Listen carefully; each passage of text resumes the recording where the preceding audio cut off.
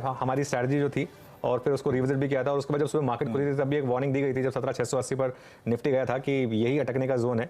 तो basically Nifty जो है वो एक वेल डिफाइंड रेंज, उस रेंज में रहा। इनफैक्ट मैं कैलकुलेट कर रहा था, जो सुबह हमने रेंज निकाली थी, निफ्टी ने उसका हाई और लो दोनों 16 पॉइंट से डिफेंड किया है। हाई भी 16 पॉइंट से डिफेंड किया है, लो भी 16 पॉइंट से डिफेंड किया है। एक्जैक्टली उस रेंज में निफ्टी बेसिकली रहा है आज। और दोनों एंड टेस्ट किए, सुबह हायर एंड टेस्ट किया, उसको रिजेक्ट किया, कुछ देर पहले लोअर एंड टेस्ट किया, हालांकि अभी लोअर एंड पर ही है लेकिन उसको भी मार्केट डिफेंड कर रहा है। बैंक निफ्टी ने भी हायर एंड को रिजेक्ट किया और वॉल्यूम्स काफी लो हैं क्योंकि ऑब्वियसली इस मार्केट में आप कोई भी ट्रेड लेंगे तो मोर और लेस आपको लॉस ही लगेगा अनलेस आप एक छोटा व्यू रखते हैं। बेसिकली 30-40 नीचे गिरे हैं। बैंक निफ्टी की बात कर लेता हूं, फिर मैं एक बात करता हूं कि ये रेंज टूटेगी या नहीं टूटेगी। बैंक निफ्टी एक शेड बेटर रहा है निफ्टी से, सिर्फ एक शेड, बहुत ज्यादा नहीं। लेकिन एक चीज, बैंक निफ्टी ने कल का हाई रिजेक्ट किया, आज का हाई बैंक निफ्टी का कल के हाई के एकदम करीब, लेकिन हमने कल का लो नहीं टेस्ट किया बैंक निफ्टी पर। निफ्टी पर देखिए हम लगातार लोस टेस्ट कर रहे हैं। बैंक निफ्टी पर वो जो लो था 41,800 का, उसके हम इर्द गिर्द भी नहीं, 41,799 का लो था, उसके हम आसपास भी नहीं है, 42,160 पर है।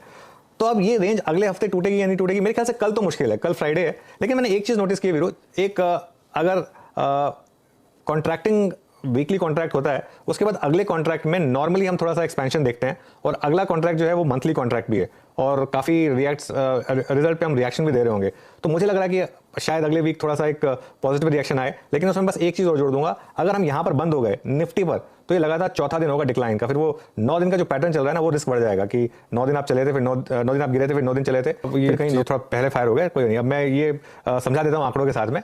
17,650 की कॉल में 83% का प्रीमियम गिरा है, 17,700 की कॉल में 89% का प्रीमियम गिरा है। और ओपन इंटरेस्ट देखिए 2 करोड़ और 2.25 करोड़, इतना ज्यादा ओपन इंटरेस्ट क्योंकि ऑब्वियसली लगातार कॉल्स बेची गई और उनमें प्रॉफिट बना। अच्छा, ऐसा नहीं है कि पुट बायर्स को पैसा मिल गया। अब पुट्स के आंकड़े देख लीजिए आप, पुट बायर्स को भी कुछ नहीं मिला इस मार्केट में।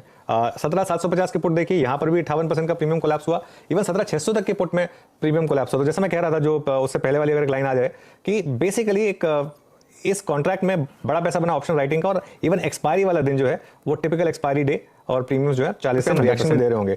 तो मुझे लग रहा है कि शायद अगले वीक थोड़ा सा एक पॉजिटिव रिएक्शन आए। लेकिन उसमें बस एक चीज और जोड़ दूंगा, अगर हम यहां पर बंद हो गए निफ्टी पर तो ये लगातार चौथा दिन होगा डिक्लाइन का। फिर वो 9 दिन का जो पैटर्न चल रहा है ना, वो रिस्क बढ़ जाएगा कि 9 दिन आप चले थे, फिर 9 दिन आप गिरे थे, फिर 9 दिन चले थे, फिर कहीं 9 दिन वापस गिरने की तैयारी नहीं हो रही हो। ये अगर 17,574 टूट गया और 17,550 500 के नीचे अगर हम बंद हो गए तो फिर हम वापस उस चैनल में फंस जाएंगे। ये मुझे एक रिस्क लग रहा है मार्केट।